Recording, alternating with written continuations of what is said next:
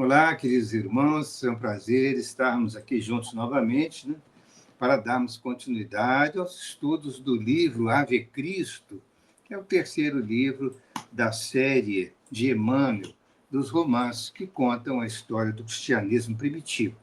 Hoje nós estamos estudando o capítulo segundo do livro Ave Cristo, capítulo este intitulado Corações em Luta. Boa noite, Dilceia. Você está aí conosco novamente aí para nós darmos continuidade, não é isso? Sim, com prazer. Uhum. Então, meus irmãos, vamos unir os nossos corações, os nossos pensamentos em prece. Vamos agradecer a Jesus pela oportunidade de estarmos juntos, estudando, aprendendo cada vez mais sobre o Evangelho do Cristo, à luz da doutrina espírita. Agradecemos igualmente ao Espírito Emmanuel, que nos trouxe esses tesouros preciosos da literatura mediúnica, abrindo os nossos corações para a história do cristianismo e para as conclusões que nós podemos tirar dos princípios que a doutrina do Cristo traz para nós. Assim sendo, agradecido por essa oportunidade, em vosso nome, Senhor Jesus, em nome de Emmanuel, pedimos permissão para iniciar os estudos desta noite. Que assim seja.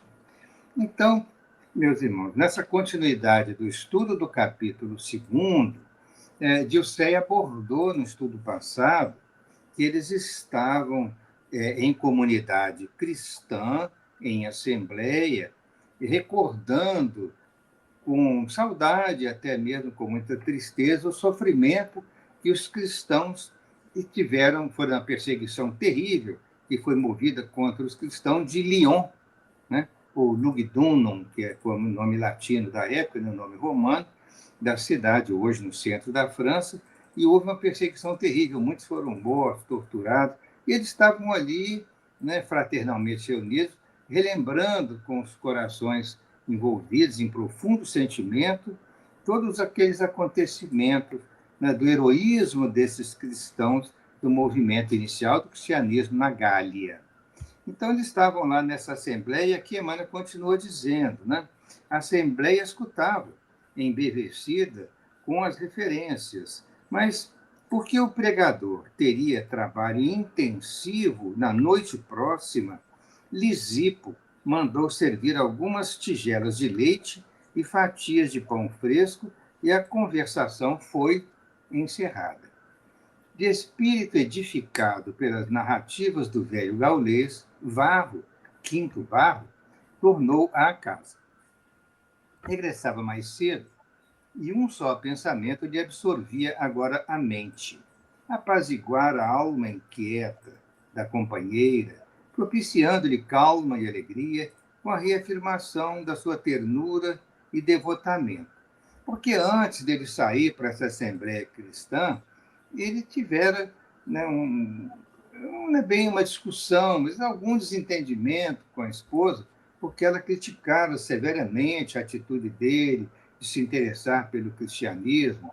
Ela era uma dama romana e que estava muito ligada àquelas festividades, aquelas situações de envolvimento com aquela situação romana daquelas festas todas, né? Aquelas situações de pessoas de grande vaidade, de grande orgulho, que se reuniam, né, naquelas festividades romanas, e ele não tinha a menor atração para isso. Por mais que ela tentasse se aproximar dele, de relatar, né, as festividades que ela participara, ele não se interessava. E, tendo convidado-a para participar de uma reunião cristã, ela se desentendeu realmente com ele.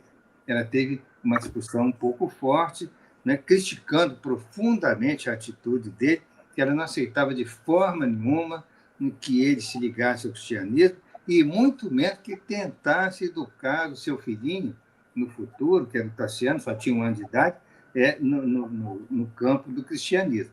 De fato, havia muitas perseguições, e entre os romanos, isso era, entre os romanos patrícios, né, era considerado uma situação muito ruim, de evitar simpatias pelo cristianismo. Pois bem, ele então, depois dessa discussão, ele foi para a reunião, ficaram muito felizes de estar com os amigos lá, que difundiam o cristianismo em Roma, e aí ele voltou.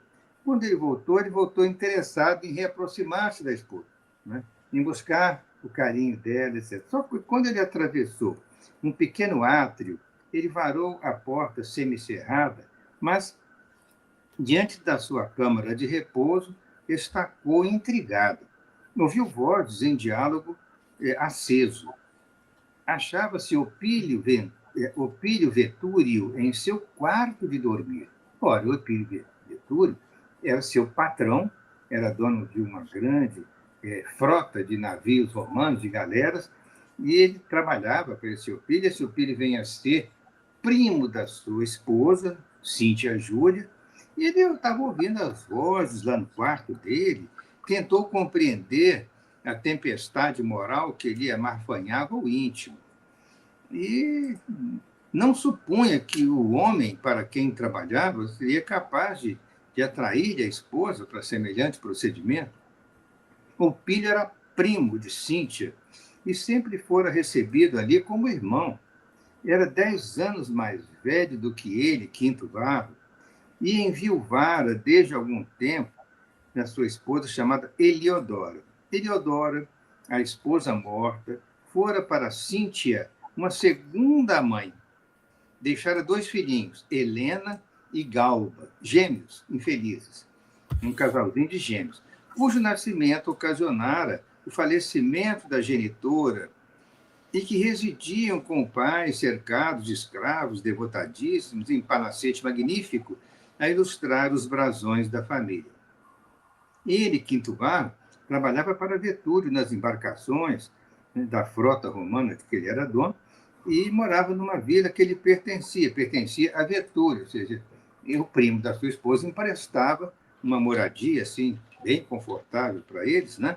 E achava-se lamentavelmente empenhado a ele desde o casamento, devido a dívidas pesadas que ele se propunha resgatar honestamente com um serviço pessoal respeitável. Veja a situação. O Opílio Vetúrio era muito rico, era um homem muito influente, ele trabalhava para ele, era primo da sua esposa, 10 anos mais velho que ele, só que esse Opílio, ele ficara viúvo porque a sua esposa grávida, Eliodora, estava grávida de gêmeos. E imagine a situação de um parto de gêmeos, né? Um parto gemelar, naquela ocasião, na Roma antiga, né? Naturalmente, a mãe, a parturiente, tinha um risco de vida grande ali, porque era um parto muito delicado, muito trabalhoso, muito demorado. Enfim, a pobre da Eleodora desencarnou nesse parto, nasceram os filhinhos que sobreviveram, Helena e Galba, mas esse Vetúrio, ele ficara viúvo jovem. Mas quando Eleodora era viva, segundo a descrição do texto, ela fora uma verdadeira segunda mãe para Cíntia Júlia, esposa de Quinto Varro. Ela foi verdadeira mãe para a prima do Vetúrio, que é esposa do Quinto Varro. Mas eles dois, a Cíntia e o Vetúrio, tinham uma aproximação aparentemente como se fosse uma amizade, estavam frequentemente juntos, porque exatamente o Varro ficava muito fora nas embarcações romanas, viajando a serviço do primo, que era o proprietário, mas ele, Varro, não pensava que poderia ter esse tipo de aproximação, né? Tipo de adultério entre eles. Olha só, sentindo que a cabeça lhe transformara num vulcão de perguntas, Varro pensava, por que razão se entregava assim a esposa a uma aventura indigna? Não era ele um companheiro leal, extremamente dedicado à felicidade dela e do filhinho? Ausentava-se comumente de Roma, guardando nos corações, ausentava-se comumente de Roma, guardando-nos no coração, quer dizer, guardando a família no coração. Se as tentações de ordem inferior lhe assediavam o espírito durante as viagens habituais, Cíntia e Tassiano lhe eram a invariável defesa.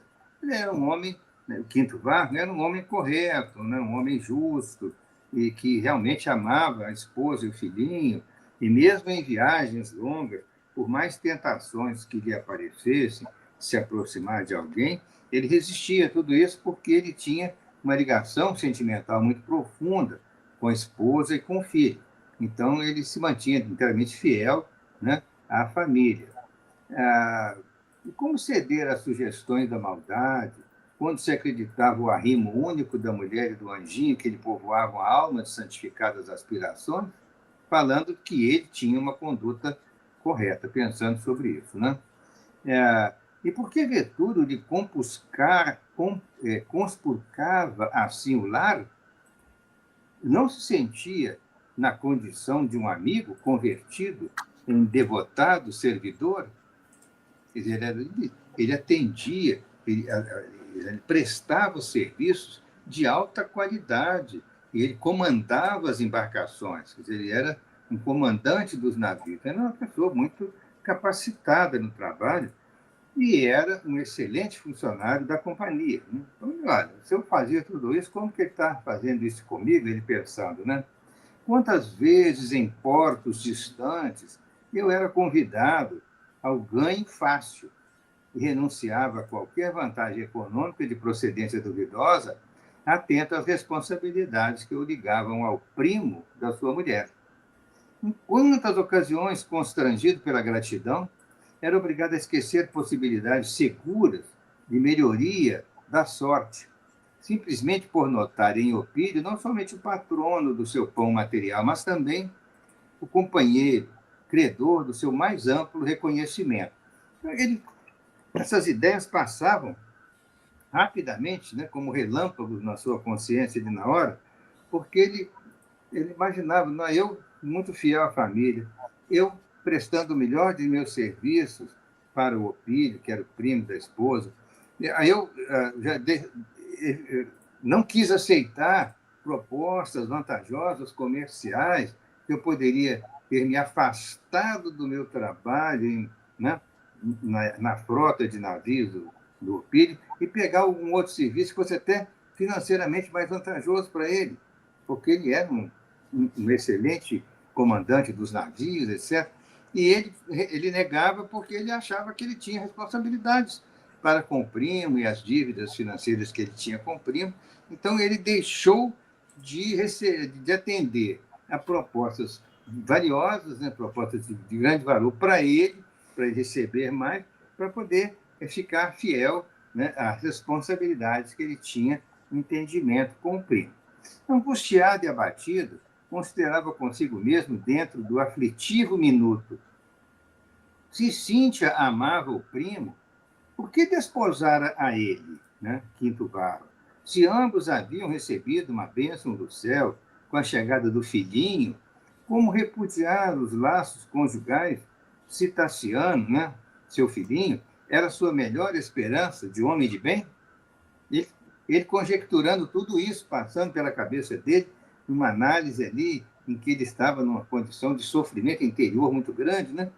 Semi-alucinado, passou a refletir contra a própria argumentação. E se estivesse prejulgando, e se Opílio Vetúrio ali estivesse em missão de auxílio, atendendo a solicitação da própria Cíntia, era necessário, pois, acalmar a mente, porque ele ainda não tinha ouvido exatamente o diálogo entre o casal. Ele estava ouvindo vozes, mas ele não sabia ainda do que estava sendo tratado entre eles. Por isso ele falou, bom, quem sabe eu não estou pré-julgando. Vamos acalmar a mente inquieta e ouvir com isenção de ânimo. Aí sim, ele passou a prestar atenção, colocou a destra sobre o coração opresso e escutou. Ao escutar o diálogo, aconteceu o seguinte: nunca te habituarás aos devaneios de Varro, disse Vetúrio, senhor de si. É inútil qualquer tentativa. Quem sabe, aventurou a prima preocupada, espero deixará ele algum dia a odiosa convivência dos cristãos. Quer dizer, o Opílio dizia que ela nunca ia se habituar aos devaneios de Varro, aos sonhos dele, às condutas estranhas dele. E aí ela fala ainda, quem sabe ele não vai abandonar o movimento cristão, né? O cristianismo. Aí o Opílio diz: nunca, exclamou o interlocutor, rindo-se francamente. Não há notícia de pessoas que voltassem inteiramente à razão depois de ambientadas nessa praga, e chamando o cianismo de praga.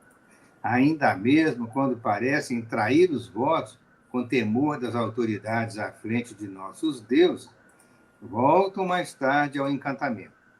Tenho acompanhado vários processos de recuperação desses loucos, já considerando os cristãos, além de praga, como loucos.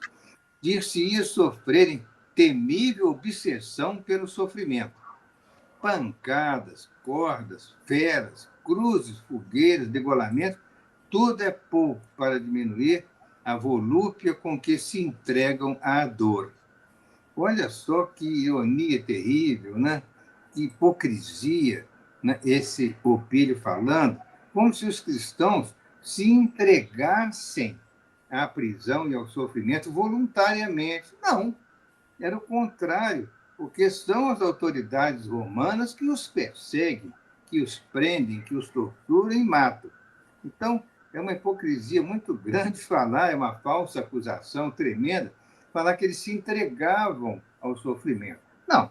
E, uma vez presos, eles, com coragem, com dignidade, enfrentavam, mas eles eram injustamente perseguidos, torturados e assassinados. A autoridade romana é que era causadora do problema, e não ele invertendo o raciocínio como se os cristãos se quisessem ser presos e não se importassem de ser mortos, torturados.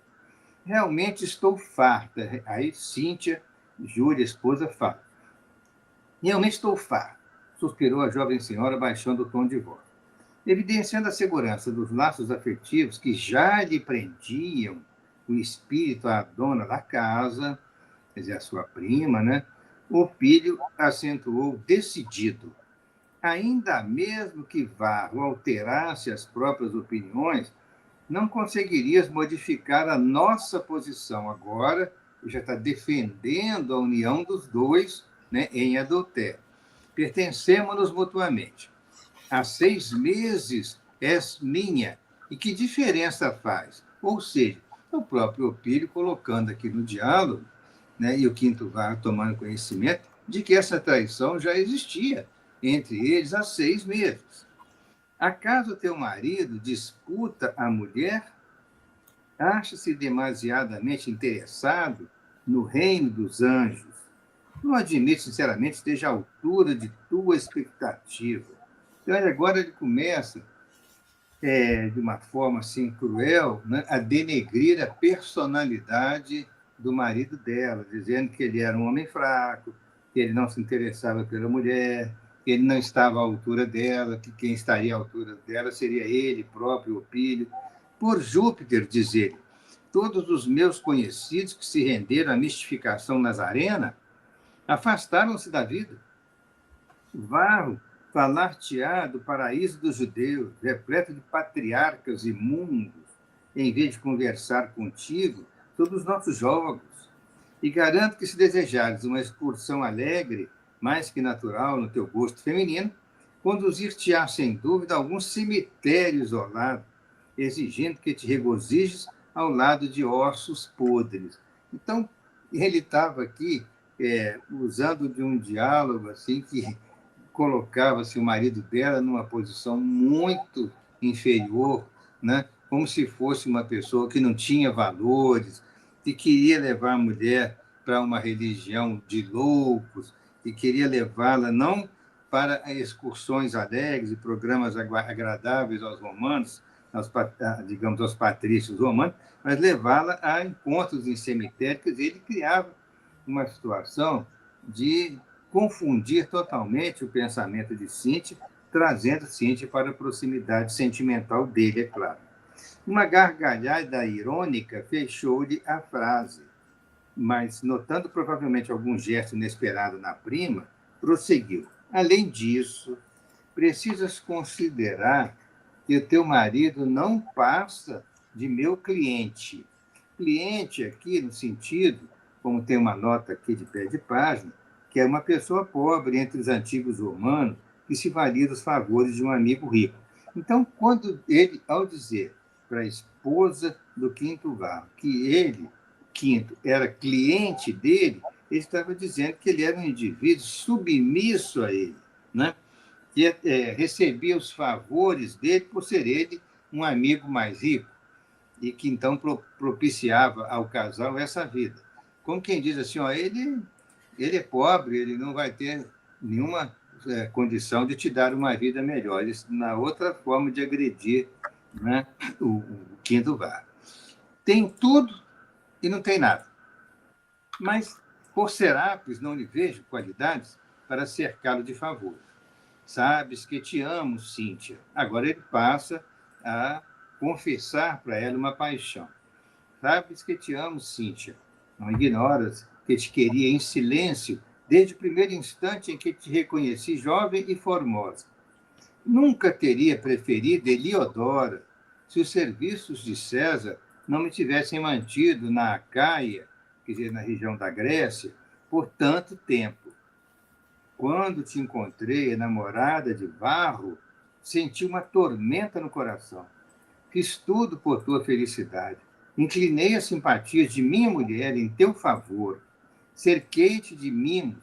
Ofereci-te uma residência digna de teus dotes para que jamais te confundisses com as mulheres miseráveis que a privação compele à velhice precoce. E por ti, suportei até mesmo o esposo que te acompanha, incapaz de compreender-te o coração. Que farás de mim agora viúva e triste quanto estou? Quer dizer, ele se confessa apaixonado por ela, estão numa situação íntima há 6 meses, e desvaloriza profundamente o esposo dela que trabalha para ele, chama-o de cliente como se ele fosse inteiramente dependente dele, né? E ainda confessa que preferia ter casado com ela a própria esposa que já falecera. Quer dizer, ainda ofende a esposa depois da morte dela, né? Nunca teria preferido Eleodora. Pô, nunca teria preferido como? Você passou muito tempo fora, né, trabalhando pelo imperador na Grécia, e alega que por isso não pôde se aproximar da Cíntia. Acabou ficando com a Eleodora. Ele tinha se casado com ela bem antes de que Cíntia casasse com Quinto Varro, entendeu? Era uma prima, 10 anos mais jovem, mas que ele, lá no fundo, segundo ele aqui, tinha uma paixão oculta por ela. Mas suportou tudo. Suportou casamento com outra que supostamente ele não gostava tanto, suportou que ela amasse uma outra pessoa, que casasse, enfim, né? Agora ele está se colocando na posição de vítima, já que ele está viúvo e muito triste, que ele precisa dela. Ele quer trazê-la para junto dele em definitivo, né? Nunca proporcionei a Eleodora, depois de reencontrar-se, senão uma estima respeitosa de que se fazia credora pela virtude irrepreensível. Ou seja, ele diz que continuou casado com a Eleodora porque ele era uma mulher honesta, uma mulher valorosa, uma mulher correta, uma mulher de virtudes, né? E, agora ele continua falando, nossos escravos sabem que te pertenço. Olha só a que ponto que chega os servos da casa saberem das relações dele, extra, né, conjugais com a esposa, né, do outro amigo, né, quer dizer, situação desagradável. Messênio, meu velho pajem, veio trazer-me a notícia de que os servos acreditavam que Eleodora fora envenenada por mim, para que ele tomasse o lugar. Olha só, um escravo que tem uma importância na administração da casa, Messênio, que é um velho pajem, ele veio falar para ele, olha, os servos estão dizendo aí, estão fofocando entre eles, que estão achando que você envenenou a sua própria esposa para que ficasse com a Cíntia. Quer dizer, conversas que corriam lá entre os servos. É curioso ele trazer essa informação criminosa ao diálogo, porque até parece que, de fato, ele tinha feito, porque se ele não, olha só, se ele não tivesse feito nada assim de ruim contra né, a antiga esposa que falecera, né, por que ele levantou esse assunto ali? Por que ele disse para Cíntia que os escravos suspeitavam que ele tinha feito algo contra a mulher? A gente não sabe, não fica claro na história, e ela morreu no parto, então não é possível a gente saber com certeza. Mas corria uma conversa entre os servos que ele teria feito algo para favorecer a morte da esposa para ficar com a Cíntia. E realmente, que mãe mais honrada e carinhosa poderia encontrar para os meus filhos? Agora ele elogia a Cíntia como se ela será para os filhos dele também uma ótima mãe? Resolve, pois, uma palavra tua bastará. A essas alturas do diálogo, ele estava criando uma situação de forçar muito a posição dele em favor da Cíntia, para que a Cíntia abandonasse o marido e ficasse com ele. Mais ou menos, estava caminhando nessa direção. E agora eu peço que a Edilceia possa, então, dar continuidade ao estudo para relatar essa história aí tão triste, né, tão inusitada que está acontecendo aí nesse casal.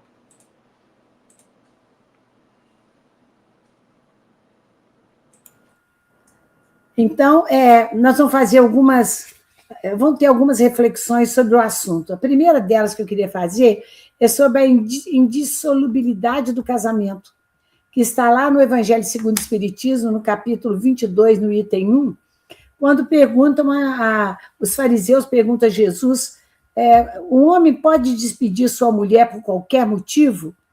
Aí Jesus respondeu, não leste que aquele que criou o homem desde o princípio os criou macho e fêmea e disse para eles deixarem a casa dos pais e constituírem um só corpo. Não separe assim o homem o que Deus juntou. Mas o que ele quis dizer com isso? Que todos os casais que um dia se uniram têm que continuar assim para sempre?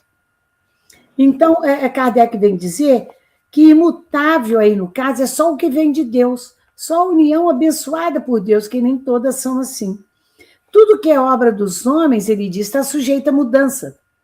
As leis da natureza são as mesmas, as leis divinas são as mesmas em todo lugar. Mas as leis humanas mudam. Elas mudam conforme os países, conforme os povos, conforme a necessidade dessa mudança, e que mesmo que pode-se dizer que não há um país que tenha as leis absolutamente iguais às outras, mesmo relativo ao casamento, mesmo relativo a essa não dissolução do casamento. Ele fala, há países em que basta a união civil. Ainda hoje, né, nós vemos isso. Há países que basta a reunião religiosa. Há países que exigem as duas. Para alguns, naquela época ainda, já era possível haver essa dissolução, a outros não. Outro não era possível. Então, as leis humanas, elas variavam. Elas vão variar ainda. E já variaram daquele tempo de Kardec para cá. Né? Então, aquela afeição que os esposos tinham, ela podia ter um rumo diferente no início, quando provavelmente eles se uniram por amor, mas tomaram diferentes caminhos durante essa vida a dois. Então, ele dizer, Kardec fala que ao dizer que sereis então uma só carne, que não separareis o que Deus uniu, Jesus estava falando das leis divinas, das leis do amor que une as pessoas, não das leis civis que podem tê-las juntadas. E por isso nós nos lembramos, e aqui nós não fazemos o julgamento que tipo de união eles tiveram desde o início, nós lembramos que Kardec perguntou, lá na questão 695 de O Livro dos Espíritos, se o casamento, ou seja, a união permanente entre dois seres, é contrária à lei da natureza, como alguns preconizam até hoje. Ele falou que não. Os espíritos responderam que é um progresso na lei, na marcha da humanidade. E ele pergunta ainda, qual seria o efeito da abolição do casamento sobre a sociedade humana? E os espíritos respondem que seria um retorno à vida dos animais. E Kardec conclui que mesmo os animais dão muitas vezes o exemplo de uniões constantes e permanentes entre eles. Então, em relação aos tipos de casamento, no livro Estudando a Mediunidade, no capítulo 23, Martins Peralva vai dizer que o casamento é visto como uma união com propósitos que vão muito além da esfera material, do interesse material entre os cônjuges.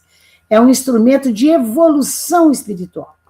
A constituição da família, a partir do casal, ela tem, então, propósitos muito elevados, propósitos morais, de educação dos filhos, de melhoria tanto do homem quanto da mulher.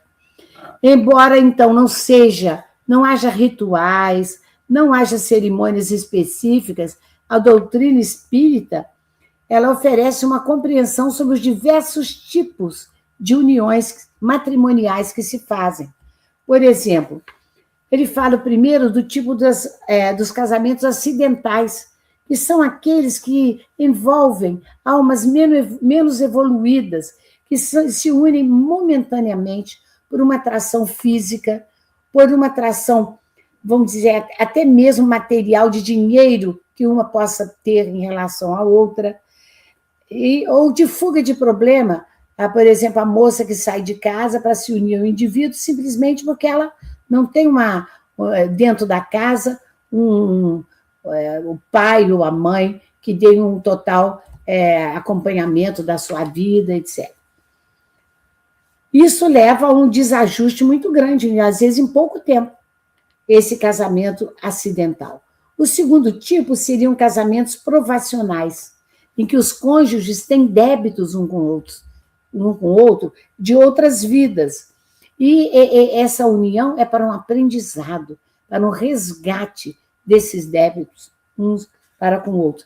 E eles podem até superar esses desafios e acabar tendo uma união mais saudável. Um terceiro tipo de casamento são chamados sacrificiais. É aquele em que um espírito mais evoluído se une a um outro com o objetivo de auxiliar o progresso espiritual, lhe oferecendo apoio e amparo. Um quarto tipo são os casamentos de almas realmente afins. Elas já são espíritos conhecidos, com afinidades e laços de amizade, e esse casamento só vem fortalecer, então, esses laços.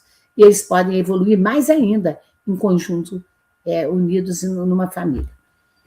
E o quinto tipo é um tipo difícil de se encontrar, são chamados casamentos transcendentais, ou seja, são a união de espíritos elevados, de um mesmo nível, que se encontram para realizar uma obra grandiosa em prol da humanidade, impulsionados por um amor profundo e evoluído.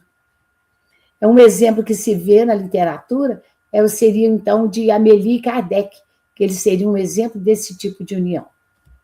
Ou seja, vários tipos. Nós não sabemos aqui o que levou os dois a se unirem. Esses dois jovens, né? O Varro e a Cíntia, a se unirem em matrimônio. Sabemos que eles desviaram do caminho conjunto. Ela, francamente, aqui está desviada dos deveres matrimoniais. Então, independente disso, o Espiritismo enfatiza a importância do amor em todos os tipos de união, de respeito, de compreensão e de responsabilidade de um para com o outro, né? Ele é visto sempre como uma oportunidade de aprendizado e de crescimento espiritual para ambos, o homem e a mulher, e também para os filhos que venham a seguir. Aí, numa determinada parte do Evangelho de Mateus, Jesus vai falar: já foi dito aos antigos, não cometereis adultério. Eu, porém, vos digo que aquele que houver olhado para uma mulher com mau desejo para com ela, já em seu coração cometeu adultério com ela. Então, ele falava, é muito mais profundo do que vocês imaginam. Não é preciso que ele tenha uma relação carnal com ela para que seja adultério. Basta ele ter pensado em adquirir a convivência com ela. E a palavra adultério, ela tem muitos significados. Aqui está no significado de a relação do homem com a mulher. Mas muitas vezes Jesus falou sobre uma raça adúltera e pecadora, Quer dizer, adultério e contra as leis divinas, no caso, né?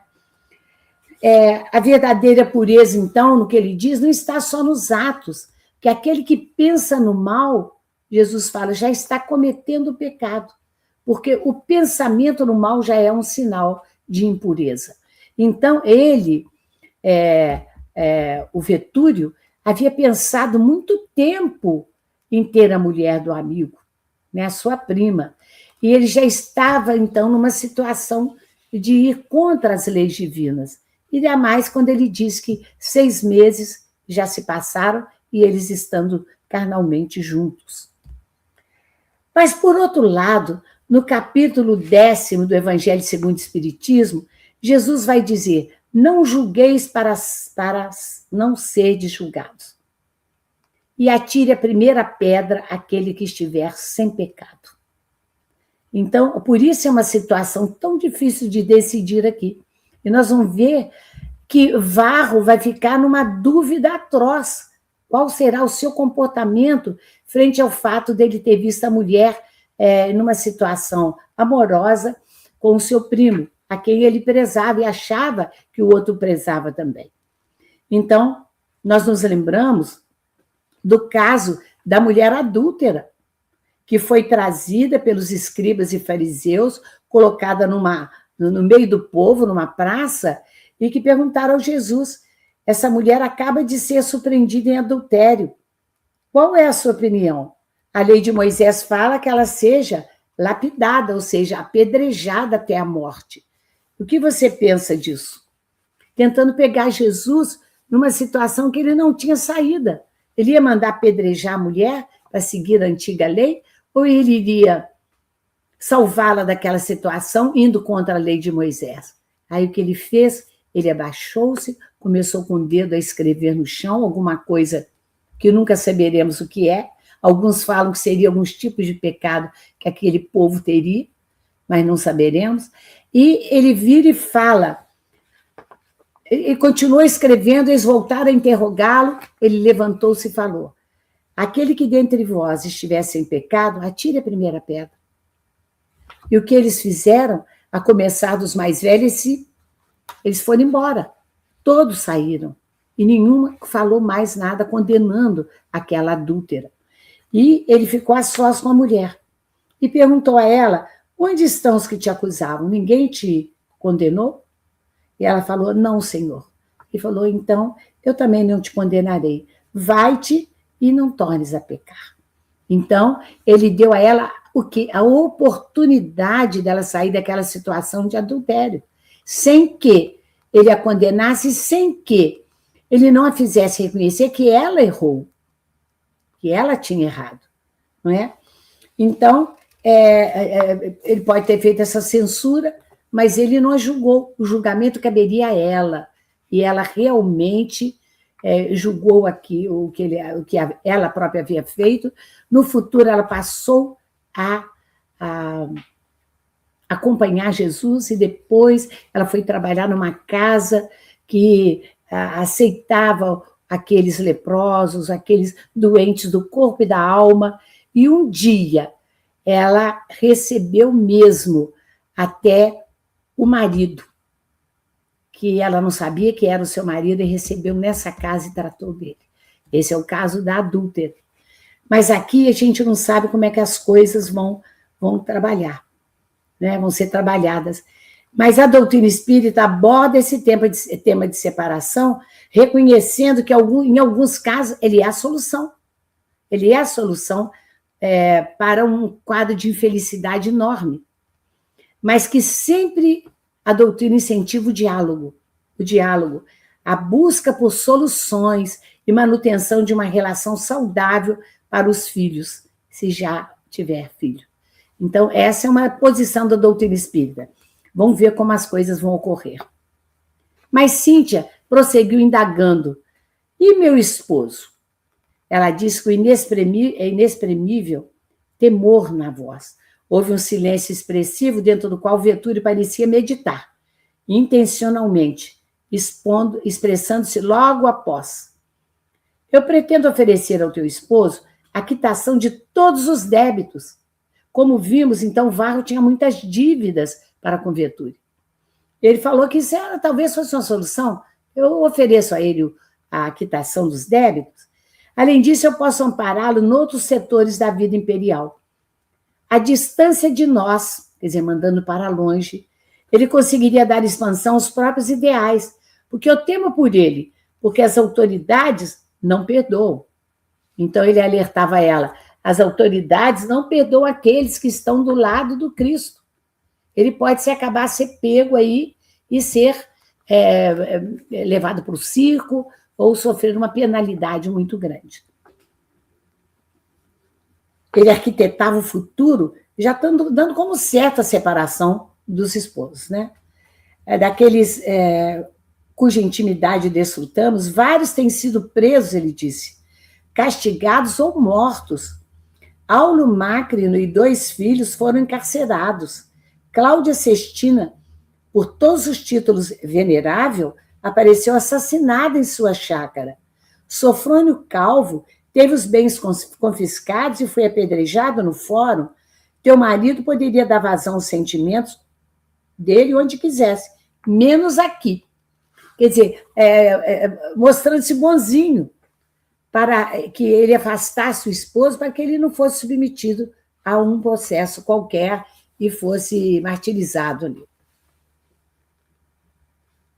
Mas que seria feito de Tassiano, do filho? Ela perguntou. Se atingíssemos uma solução favorável, quer dizer, favorável aos dois, pensamos que Quinto Varro se submeteu espontaneamente a uma reencarnação, nós sabemos disso, para auxiliar a evolução moral do filho Tassiano. E agora ele corria o risco de separar-se dele logo na sua primeira infância, um período então crucial para se estreitarem os laços de pai e filho e influenciar positivamente na educação do Petis. Provavelmente, inconscientemente, isso tudo passava para a cabeça dele, ouvindo o que o outro vai dizer. Ele falou, ora, aventou o interlocutor com um homem tão habituado a ponderar obstáculos. Ele estava acostumado a ter o que queria.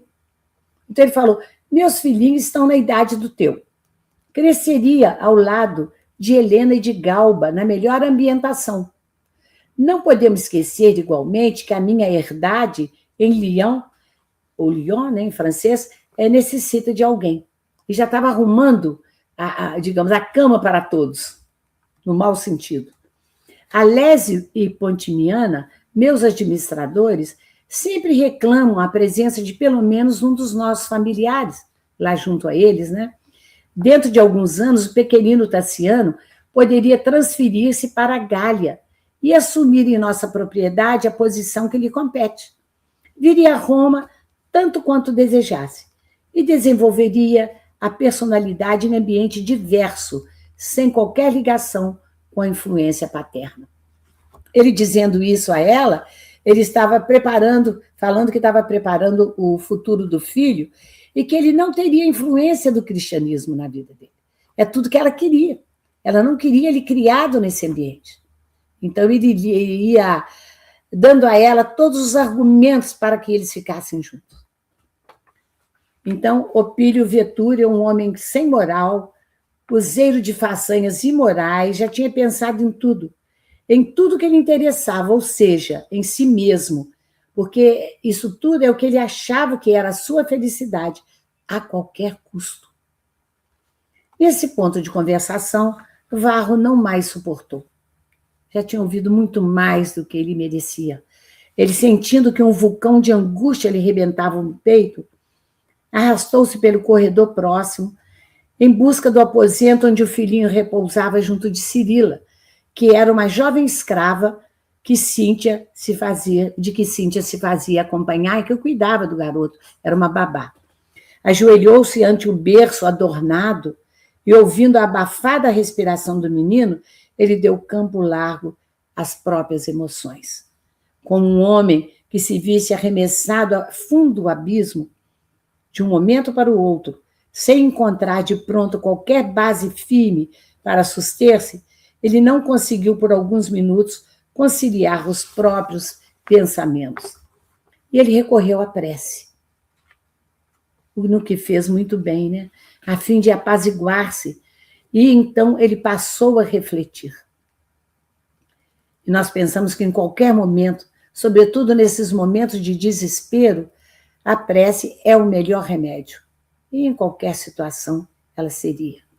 Ele contemplou, então, a fisionomia calma da criança, através do espesso véu das lágrimas, e indagou a si mesmo para onde ele iria, como resolver o delicado problema criado pela sua mulher. O que fazer quando se é vítima de tamanho ultraje e desconsideração? O que fazer quando se é vítima de tamanha, grande e inesperada traição? Valeria a pena vingança? Tudo isso ele se perguntava, desorientado naquela situação inesperada. Ele não desconhecia agora a crueldade de Opílio. Sabia o detentor das atenções de César, que, segundo a versão popular, lhe utilizara a cooperação no assassínio de Geta, irmão de Caracalla, e que mandou matá-lo. E estava intrincado também nesse outro processo de homicídio, não só da esposa, mas como também do irmão de Caracalla, do Geta. Nós sabemos que o pai deles colocou-os como os dois como se fossem na possibilidade de serem os imperadores, mas Caracalla queria isso, o título só para si, e mandou matar o irmão. E ele falando aqui que esse irmão estaria implicado nesse processo. E por isso, mandar matar o Geta, ele recebeu um enorme patrimônio de terras na Gália distante, e naquele momento ele não duvidava de que ele houvesse facilitado a morte da abnegada Diodora, quer dizer, a própria esposa, movido da paixão por Cíntia. Quer dizer, era uma malvadeza infinita. Considerou a situação vexatória que fora projetado e asilou, quer dizer, ele acolheu, deu um abrigo no seu coração a um propósito de revide. É o que primeiro lhe ocorreu, vingança. Mas a inovidável figura do Cristo assomou-lhe a imaginação que estava superexcitada naquele momento. Afinal, ele havia se entregado à prece e esperava algum conselho vindo do Cristo. Como harmonizar, então, a vingança com os ensinamentos da Boa Nova que ele mesmo difundia em suas viagens? Como destacar o impositivo do perdão para os outros sem desculpar as falhas do próximo? O mestre cuja tutela ele buscara, havia esquecido os golpes de todos os ofensores, aceitando a própria cruz. Vira muitos amigos presos e perseguidos em nome daquele celeste benfeitor que foi Jesus. Todos demonstravam coragem, serenidade e confiança. O que Jesus ensina sobre o que lhe acontecia agora? Então, a vingança ou revide é uma retribuição do mal com o mal. Não é? É você empregar o mesmo artifício que o outro usou contra você. O mal nascido do ódio, de um reflexo de um atraso evolutivo que existia dentro do indivíduo. É disso, então, que a vingança ou revide é um dos últimos reflexos da maldade, da raiva, do ódio, da barbárie dentro do indivíduo, que ele deveria superar. Como superar isso? Porque Cristo diz, perdoai os vossos inimigos, porque perdoar só os amigos, isso não adianta. E ele perdoou até na cruz. Então, isso tudo passava pela cabeça dele. E ele disse ainda, não julgueis para não serem julgados, atire a primeira pedra que tivesse pecado, sem pecado. Então, tudo isso transformava aquela situação dele numa angústia enorme, que ele não sabia como agir. Então, a sentença de fazer agir de atirar a pedra que estivesse sem pecado, era como uma indulgência, um dever para nós, porque não há quem não necessite para si próprio da indulgência. E tudo isso ele estava imaginando. Então, conheci o devotado pregador do Evangelho lá na Via Salária, na antiga estrada de Roma, né?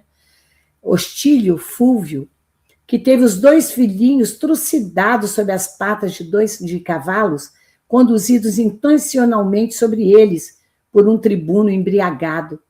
Quer dizer, os meninos foram mortos com uma maldade intensa. Ele mesmo, Varro, ajudara a recolher os despojos dos inocentes. E vira que o pai, de joelhos, ele orara chorando, agradecendo ao Senhor os sofrimentos com que ele e a família eram rudemente experimentados. Quer dizer, aquele cristão, né? Ele vira como esse amigo cristão aceitara e agradecer ainda o sacrifício. Como que ele iria agir? A aflição daquela hora não seria a mão de Deus que lhe exigia um testemunho da fé? O sofrimento em si já não é um remédio para os males morais? Não seria melhor, ele se pergunta, perecer no anfiteatro ou ver Tassiano devorado por animais ferozes, que se confiarem ambos à vergonha da morte moral? A morte moral seria o quê? Ser criado por aquele homem sem moral, o Vetúrio. E perguntava em pranto mudo, como se portaria Jesus se tivesse sido pai? Entregaria uma criança inerme a um lobo terrível da floresta social, sem a mínima reação? Por si, não se notava com direito a qualquer exigência, reconhecia-se na posição de homem comum e por isso mesmo era um pecador. Ele se reconhecia assim, tendo a necessidade indisfarçável de adaptar-se à virtude. Mas ele raciocinava como se desfazer desses 2 amores, a mulher a que ele amava e mais do que tudo ao filho, né? Como que ele poderia implorar a ela a permanência no lar com o filhinho? Como poderia perdoar a esposa e o seu comparsa? Então, era tudo aquilo que passava pela cabeça dele no momento. E, de certa forma, ele pensava como abandonar o filho e como abandonar a esposa à execração pública, que naquela época era terrível, uma condenação definitiva. A mulher amada, ela poderia até ser esquecida, mas o filho, ele pensa, nunca esqueceria. Como separar-se do filhinho, que era a sua razão de viver, desde antes dele reencarnar. Então, ele levantou-se, deixou a criança adormecida no berço em que ela descansava e ele saiu dali sem a criança. Ele fugiu sem ela, porque achou que seria indesculpável ele expor a criança a uma intempérie longe da mãe. E ele foi-se com a sua dor intensa. Cíntia não havia pensado nele, né? No pai carinhoso e amigo, no marido carinhoso e amigo, mas ele pensava e não queria colocá-la à execração pública, como um dia a adúltera foi colocada. E como se tivesse sido amparado por uma estranha força invisível, ele repôs a criança no berço depois de beijá-lo, enternecidamente e derramando as suas lágrimas copiosas sobre ele. E logo após, certificando-se de que o diálogo continuara lá na câmara íntima, no seu quarto, ele regressou à via pública, foi para a rua, buscando um ar renovado para o seu corpo. Passou nas margens do Tíber, aquele rio que corta Roma, que é a alma da cidade, invocando as memórias dos padecimentos de todas as vítimas daquelas águas misteriosas. Alguns que foram ali, que se jogaram ali para fugir alguma situação difícil, e outros que foram ali jogados, né? Em desespero, havia muitos ali que sofreram ao lado daquele rio. Os transeuntes que passavam, os carros, não imaginavam, não notavam sua presença. E ele estava ali dividindo o olhar, como ele vai nos dizer Emmanuel, entre o firmamento e as águas tranquilas do rio. Ele voltou, ao alvorecer, ele voltou à casa, apático, desorientado, e procurou um quartinho onde ele se entregou a um sono pesado, depois de ter passado naquela noite terrível. E quando ele acordou, ele afagou o filho e não encontrou a mulher em casa. Ela tinha falado a Cirila, sua ama, que teria ido, se ausentava em companhia de amigas para uma festividade religiosa no Palatino. Podia ser até que fosse verdade ou não, que ela fosse encontrar com comparsa, digamos assim. Porque que tipo de religiosidade teria uma mulher tão desalmada naquele momento? Então, ele vai continuar a sofrer. Ele vai tentar achar uma solução por essa situação que nós reconhecemos é uma situação difícil para qualquer pessoa. E, sobretudo, para ele, um homem tão sensível, tão cristianizado, e que naquele momento ele se viu quão distante ele estava da mulher. E quão distante ele se preparava para ficar do filho. E assim nós terminamos essa parte do estudo de hoje. Vejam que situação, né? É um homem jovem, uma criança de pouco mais de 1 ano de idade, uma esposa bonita que ele adorava, mas que ele percebe, assim, de repente, descobre que há uma traição. E então, muitos pensamentos desencontrados passam pela mente dele, como se fosse num redemoinho, mas o peso da doutrina do Cristo, o peso da figura do Cristo em sua mente, né, afasta-o de quaisquer ideias negativas, né? Tanto de vingança contra o primo da esposa, quanto de fuga, né, fugir com o filho para abandonar tudo. Ele pensou que nada disso, tudo isso seria muito ruim, né, tanto para a criança quanto para o futuro da mãe. E ele entendeu que realmente ele estava numa situação difícil, mas que talvez ele tivesse que enfrentar da melhor forma possível. Nos próximos estudos, nós vamos acompanhar como que tudo isso evoluiu, mas até o momento, nós sabemos que ele, com a mente desarvorada, abandonou a casa. Abandonou a casa, conforme a Dilceia acabou de relatar, foi para as margens do Tibre para meditar, entrou em prece também, pedindo amparo para essa situação, e certamente o futuro vai lhe reservar uma situação que os nossos próximos estudos vão trazer para vocês. Agradeço a Dilceia, o carinho de todos vocês que estão sintonizados conosco, e vou pedir que a Dilceia possa fazer a prece de encerramento para nós. Muito obrigado a todos, muita paz. Então, ao concluir o estudo de hoje, que nos tocou profundamente, né? Que leva tantas reflexões, nós nos deparamos com a figura de Varro, já um cristianizado, já com o Jesus no coração, e que numa situação tão difícil, a primeira coisa que ele fez foi recorrer à prece. Não é? Mesmo a situação desesperadora, em que ele não viu uma solução a curto tempo, mas ele recorreu à prece. E é isso que vai ajudá-lo. Ajudou nesse momento ele tomar já uma posição mais tranquila e vai ajudá-lo no futuro.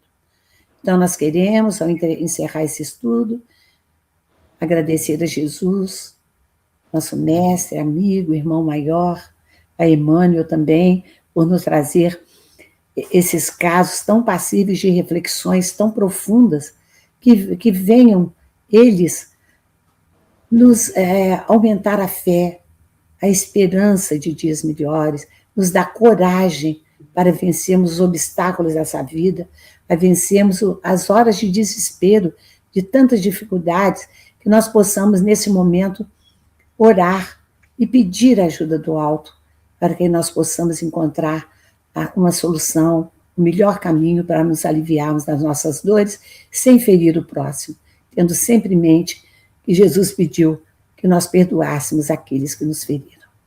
Assim sendo, nós pedimos permissão para terminar o estudo de hoje, pedindo que Jesus continue conosco hoje e sempre. Que assim seja. Que assim seja. Obrigado e muita paz para todos.